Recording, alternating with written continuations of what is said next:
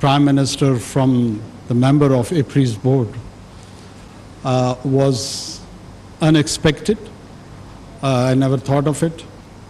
But at the same time, this challenge, which is huge,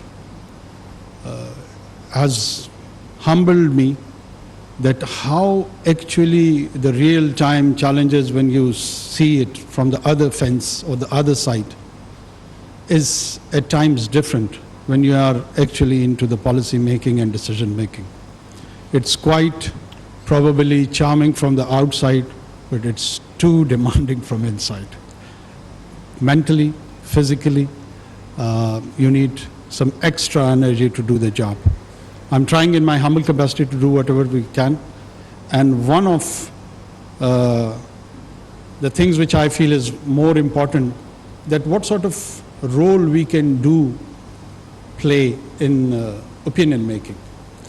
And opinion making, in my opinion, is more important than the infrastructure making of roads and bridges and other areas.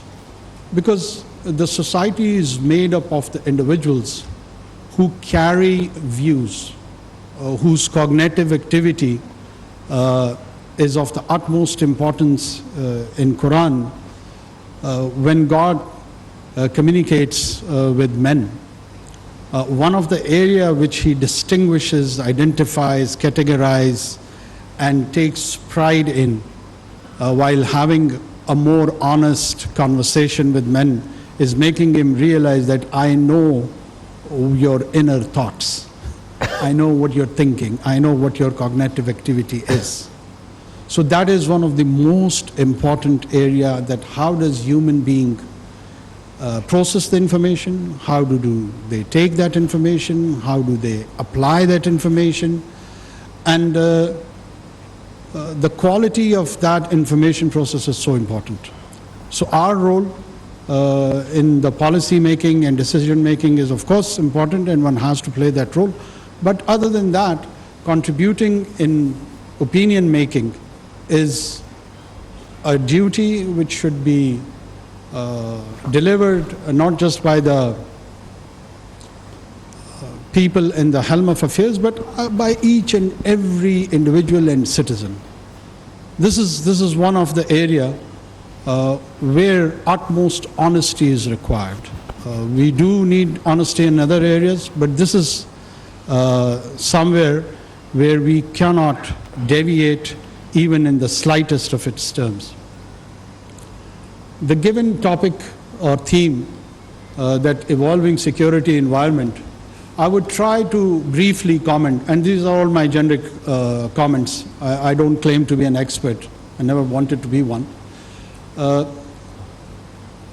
If I see and try to peek into the history of mankind of more or less of 5,000 years, documented one.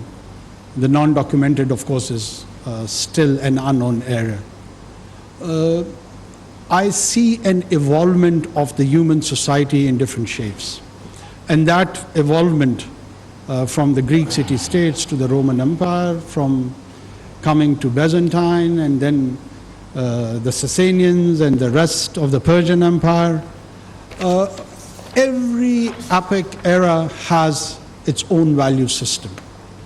And those value systems, they determine the ethos of their own time, political ethos, economic ethos, the preferred religious ideas, from paganism to monotheism.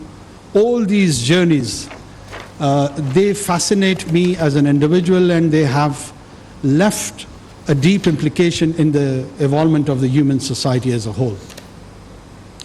How does the monotheist idea generate from the Middle East, and how did it become part of the continent is a very interesting journey. And how did the pagan Europe, from the settlements of the Vikings and others,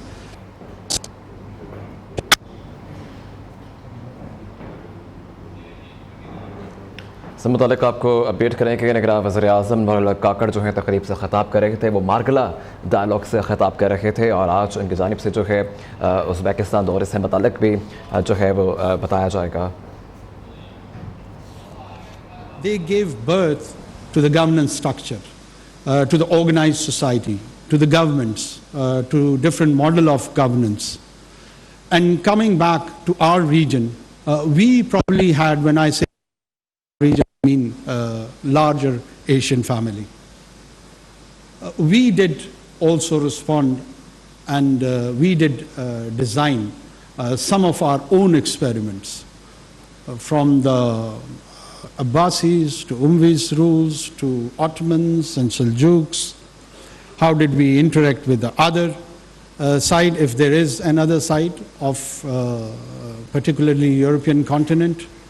And when this journey more or less concluded post 14th century, the new Enlightenment and Renaissance deeply impacted and had implications for one another.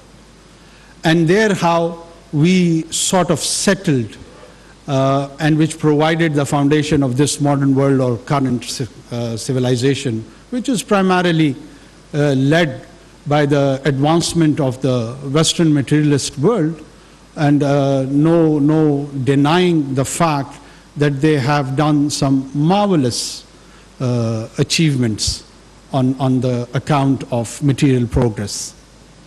But at the same time, all these progresses have generated multiple or many conflicts around the world, around the globe, which in my opinion primarily is related to its question of identity, but that identity is in a subtle way shaped up and translated more in economic and political terms and the governance structure.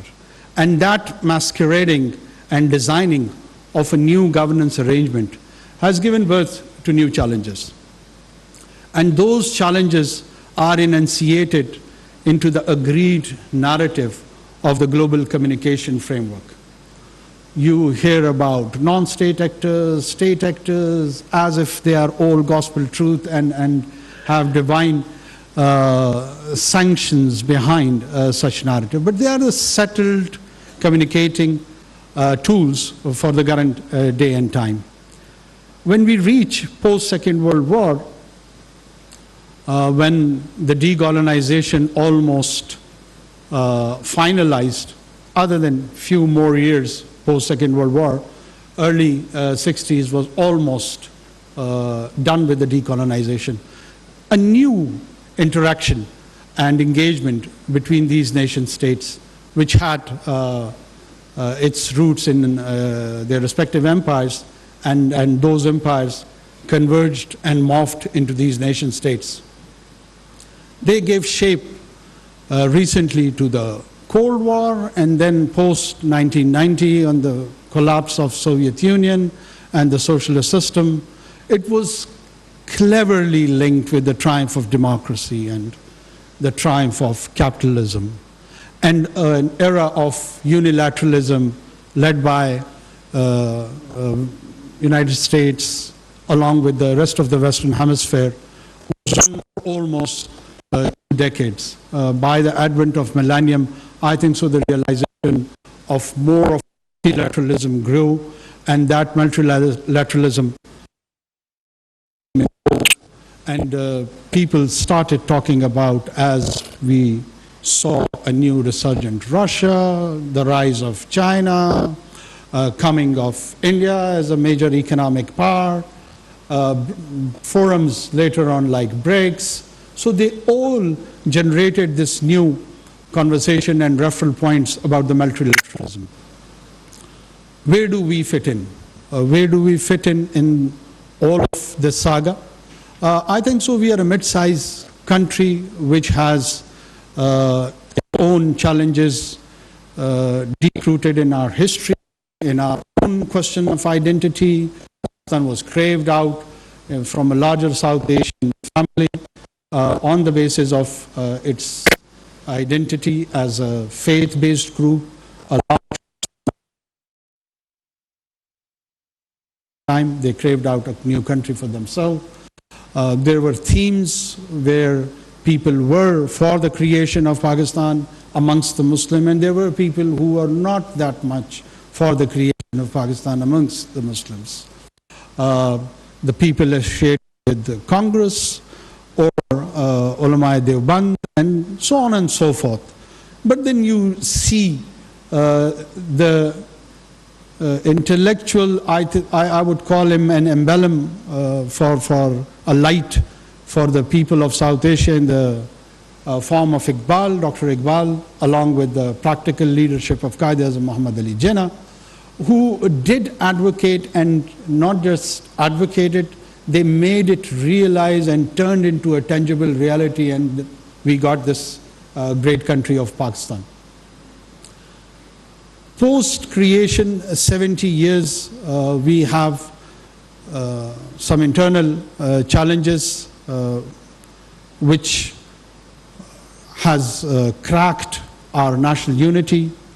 Prior to 1970, we saw the bifurcation of this country into two major components, and later on, the western part, which is today's Pakistan, did rise again to the occasion and has transformed itself into a viable economy, a viable state which has its own defense capabilities, not just capable security apparatus, but it transformed itself where the external aggression has almost gone to minimum due to our own strategic weapons and rest of the achievements which we did in the coming years.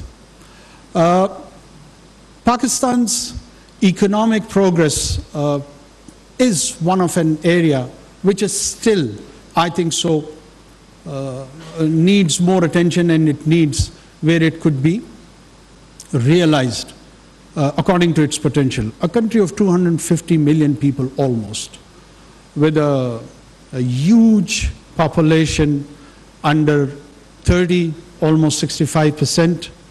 That energy needs to be channelized, that energy needs to be tapped and translated economically, which I still feel is underinvested. We have underinvested in our human resource, we have underinvested in our skill development and other areas.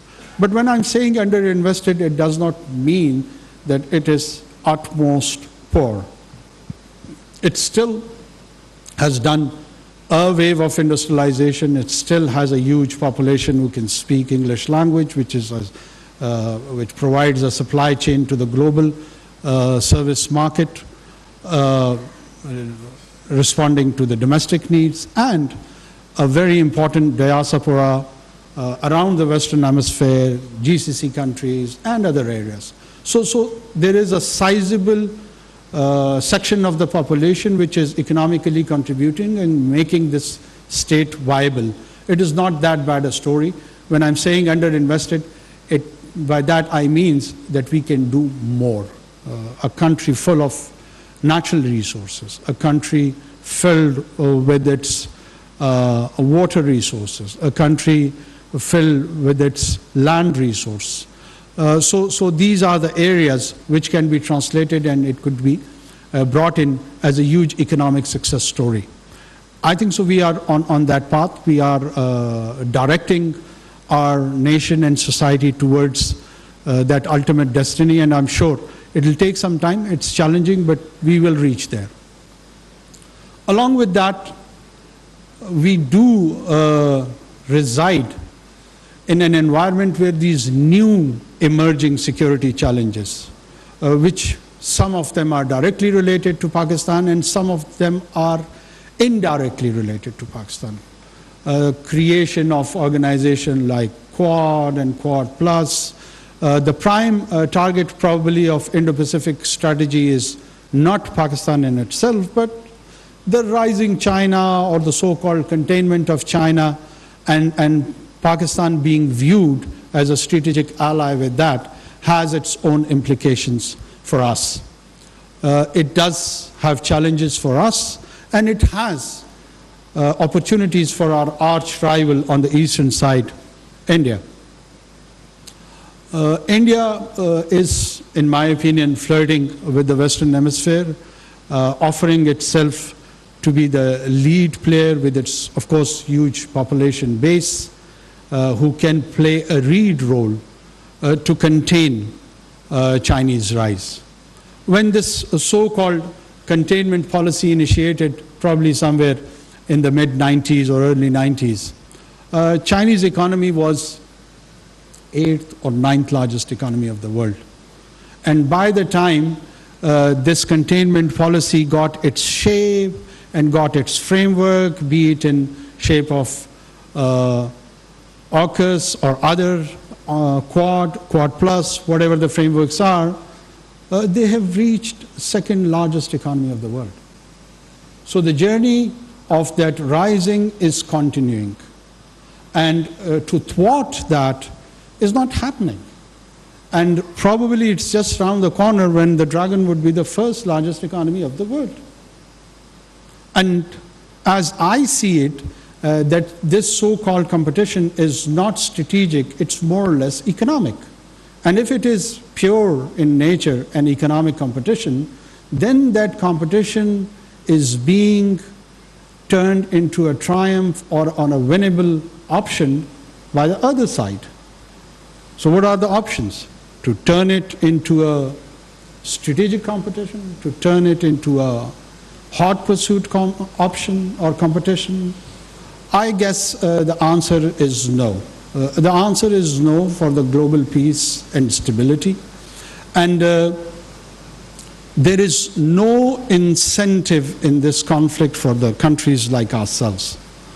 Pakistan do not incentivize conflict. On the other hand, we feel that in region, the players like India, they do incentivize this conflict, and they want to encourage the conflict because that's where they would benefit from attracting the technological transfer, the investment part, and other engagement with the Western Hemisphere.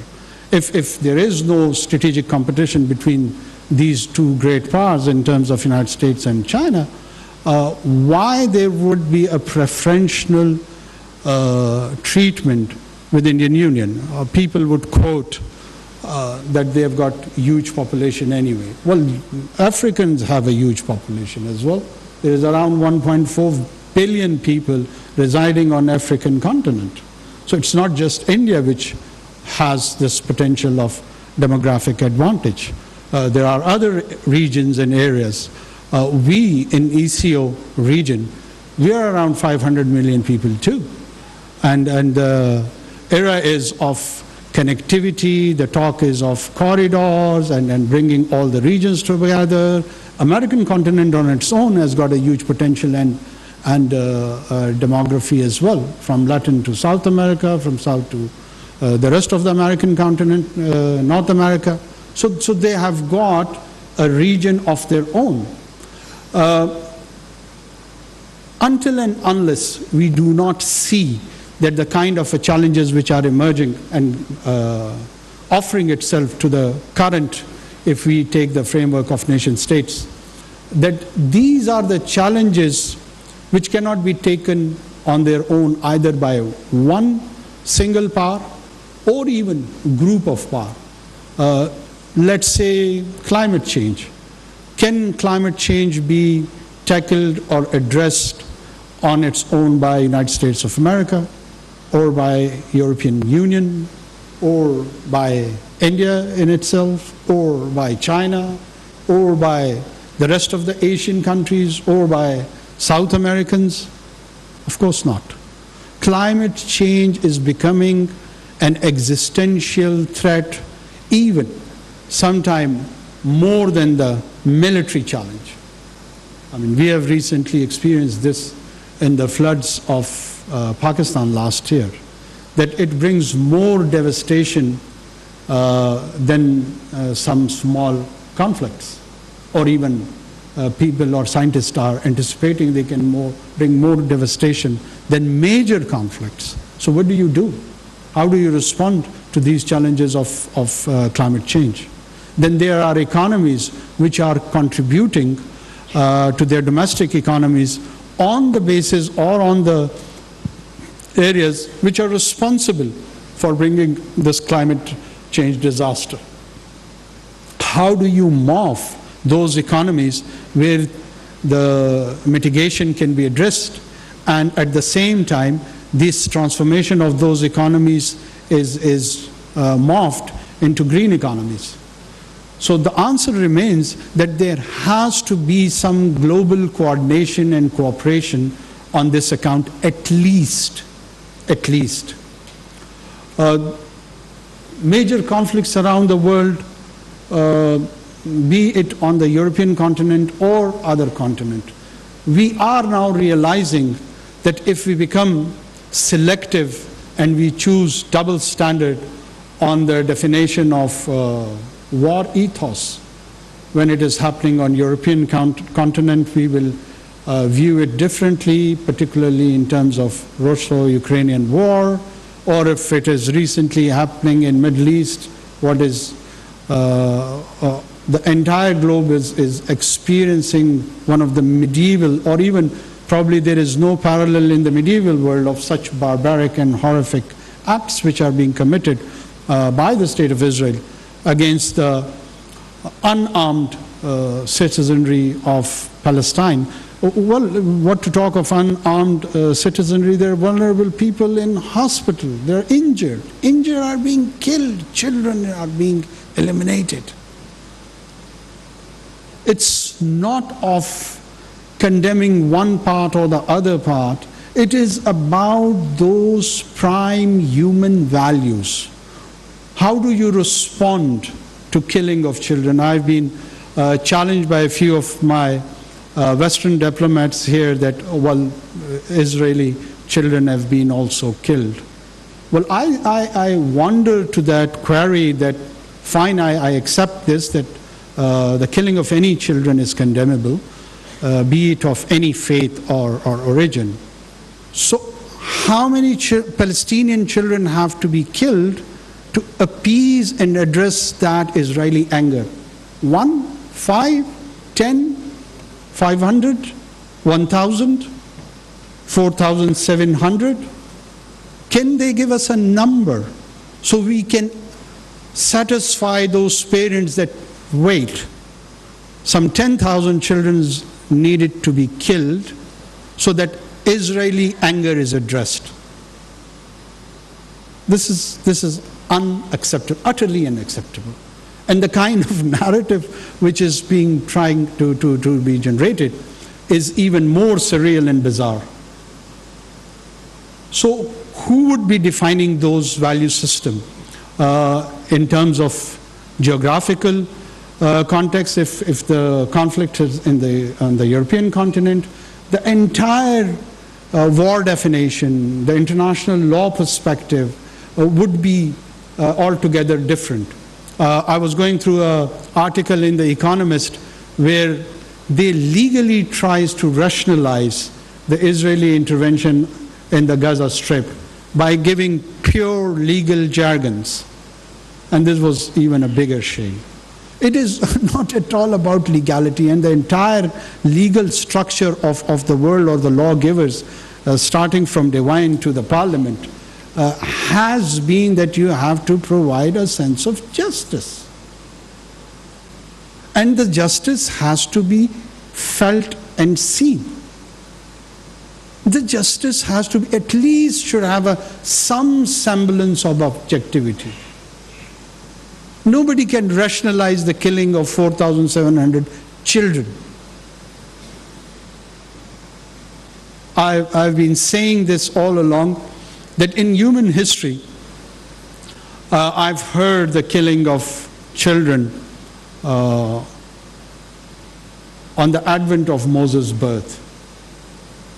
The pharaohs ordered that all the children among the Bani Israel has to be killed, as he was feared that a child is going to be born and then he will challenge the authority of Pharaoh. And then ironically, I see the killing of children by the same people who claim and adhere to the value of Moses and claim that they do believe in his prophethood. There has to be some soul searching. And there has to be some honest soul searching. When we've been asked or we've been suggested to condemn a group, well, the more or less reason that there should be a Palestinian state, they should be primarily responsible to take on any challenges if it is coming from a Palestinian population. If you do not have a viable state, non-state actors would be there on their own, and they will take on all those narrative, and they'll take and champion the cause of the people, and they would respond according to the best of their judgment, and which at times wouldn't be in the best interest of the region or the people living on either side. But if you do have a framework, which you have for the rest of the world, and that is nation state, why deny these people the same framework on which the global order is surviving? Coming back to our own region, we do have a lot of opportunity to have connectivity from the Central Asia to West Asia to the Caucasus, and from here even there are opportunities to rest of the South Asia. But one of the prime area which is of main impediment is the issue of Kashmir. Kashmir is an area which deserves, which needs, which requires some serious attention. And that attention has to be, again, according to the people of Kashmir, not according to Pakistan or according to India. There are some living human beings who have their own aspirations for the last 70 years, and there are in millions. And the Forum of United Nations has promised them through its resolutions that they would look into their aspirations, political aspirations, and would seek and ask them that what is their political destiny and future, and that would depend on a plebiscite in which they would be asked, rather than Pakistan imposing a solution or India imposing a solution. And how on earth all these democratic powers, someone big, someone mid-sized, someone small, but all claiming to be Democrat, deny this basic democratic exercise to the Kashmiri people? I mean, I'm astonished. How could we do that? Well, you can postpone this. You can postpone this. I would even refer it to the Middle East and Kashmir both, to a year, 2 decade, 4, 5, 10, 20, 3 centuries, 5 centuries, but it has to be addressed. The nations, they have patience. The nations with a sense of history, they can outlive any sort of colonization. And they know how to survive and outlive those colonization. It has been taught to all of us in the lessons of history. Otherwise, with distinct identity, these nations, these groups wouldn't have survived for generations. There are multiple examples where people have been colonized for even centuries. But eventually that colonization does receives its own part of challenge. And that challenge does get some sort of conclusion. We, on the other side, on the western border, I hope that the governance challenges in Afghanistan, the recent transformation gets settled, because it is pivotal for us as far as our connectivity with the Central Asia is concerned, and this is a wholesome region.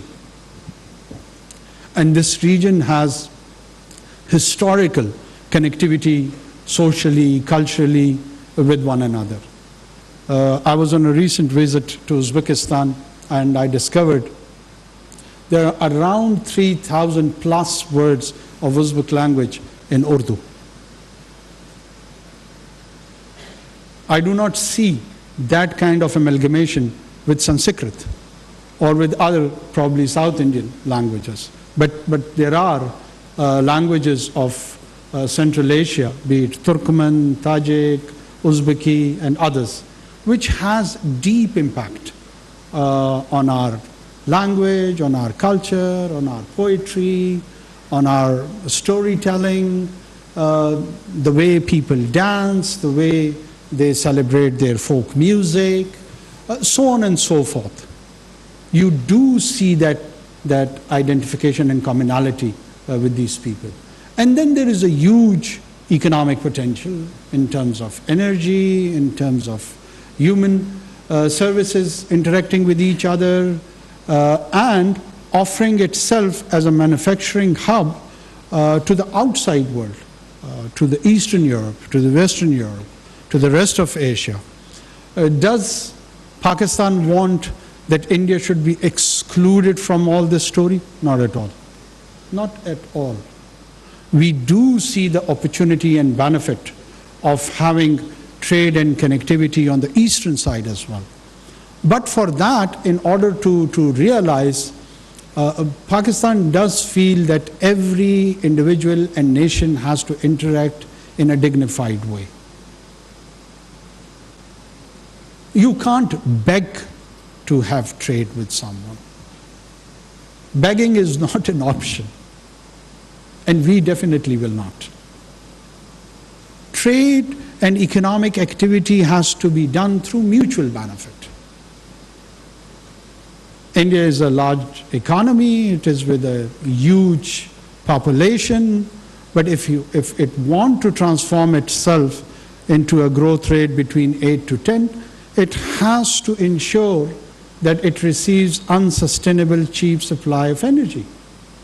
Until and unless it is not there, I don't think so those lofty economic indicators can be attained.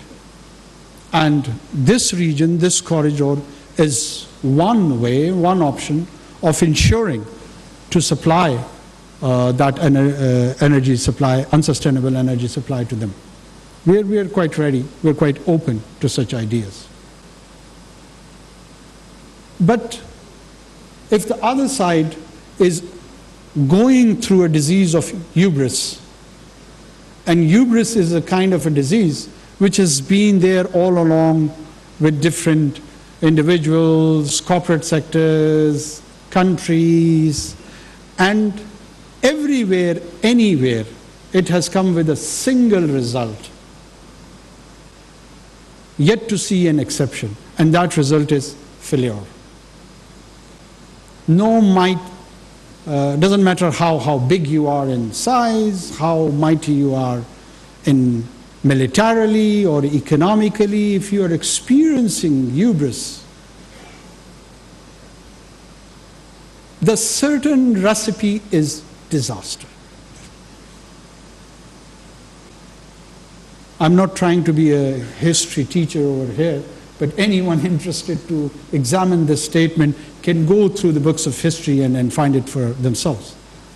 So if the neighborhood is going through that, I do not see that it could be converted into an economic opportunity which would be mutually benefit for the whole of the region. We are quite happy that they are having a good trade relations with China, despite their border disputes, despite their differences over the outlook of the world. But they are still doing trade. Pakistan has not shied away from that. Yes, we will examine, we will look into it, that what sort of a trade is beneficial for us. It would not be free for all, it would be a conscious decision. It is our right to examine our own interests, it's their right to examine their own interest and have a framework if it comes to that, of having good economic relations with one another. But for that, we do need to speak out about the conflicts which exist between us. Until and unless we do not address that, Pakistan feels that having normal relations with the current regime would be very challenging. I won't call it impossible, but it's very challenging. The politics of Hindutva is another challenge. People are very much interested in the radical views of Al-Qaeda and Daesh and other Islamic radical entities. But I am surprised that how do they choose to ignore the politics of Hindutva, which primarily is altogether different to the religion of Hinduism. We don't have any issue with that. Hinduism. Pakistan has its own minority of Hindus, more or less more than 20% in the province of Sindh, and a very promising and committed minority who contributes culturally, socially, economically to the province of Sindh and overall to Pakistan. Hindu amongst the Sikhs are one of the most beautiful, along with Christians, are a minority which cherishes its security, prosperity, and shares a common destiny with the rest of Pakistanis. If you go to the interior of Sindh, Seth is a word dedicated to identify Hindu commercial class. And they are socially well entrenched, they're politically well entrenched, they're economically well entrenched. So we don't have any issue with the religion of Hinduism. It's the idea of Hindutva which pronounces itself and targets specially and specifically two major monotheist religions, and that is Islam and Christianity. And according to them, a few centuries back, some outsiders came and they converted the indigenous population to the following of Islam and Christianity, and they have to be reverted back if they have got any right to exist as a citizenry. And they have legislated for that account by the name of Ghar Wapsi movement.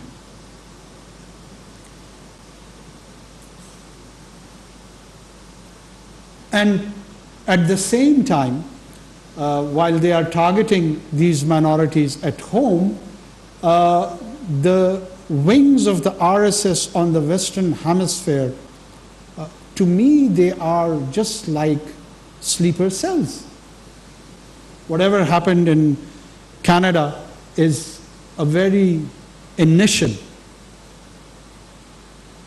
expression of these challenging and dangerous political ideas. And don't forget, there is a sizable population of this following from the European capital to all the important American capitals.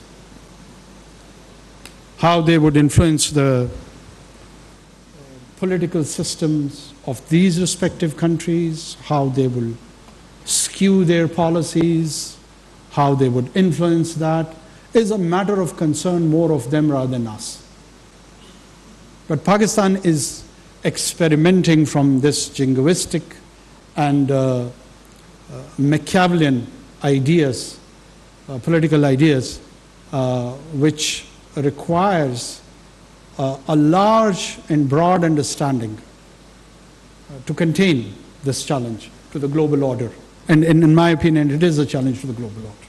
Not immediately, but in the coming decades.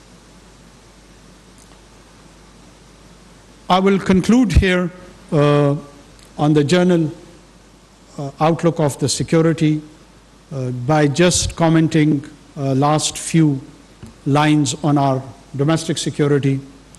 Pakistan does have a challenge from the non-state actors within, which we are fully realizing, preparing, to respond to this challenge, be it in the religious-inspired violence or ethnic-inspired violence in the province of Balochistan and Khyber Pakhtunkhwa, particularly and generally to the rest of Pakistan.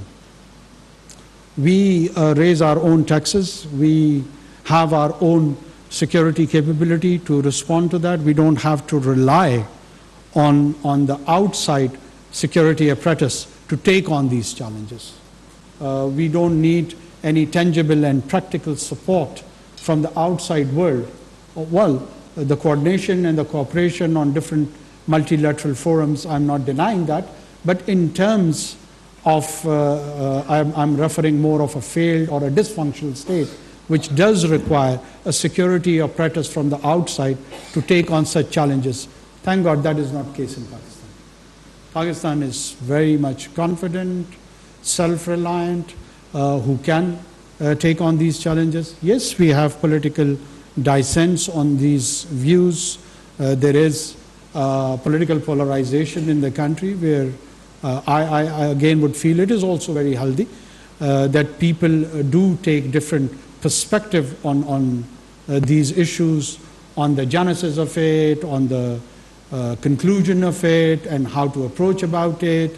But at the end of the day, the state apparatus is very much in place. No matter who runs the government, he or she can rely on the same apparatus who can take on all these challenges, which is a good news.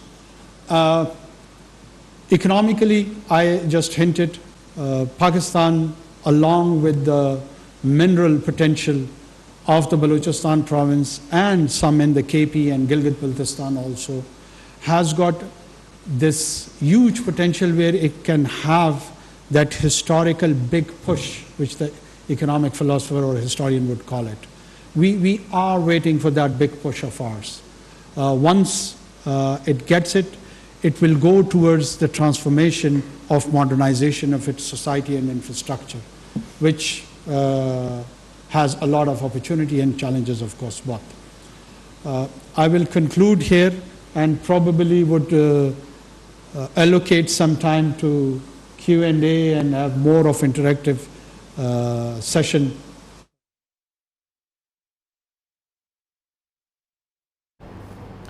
निगरान वज़ीर-ए-आज़म हक़ काकड़ मार्गला dialogue से खिताब कर रहे थे और उनकी जानिब से यही कहा गया कि तरक्की के लिए बुनियादी ढांचों की तामीर वक्त की ज़रूरत है।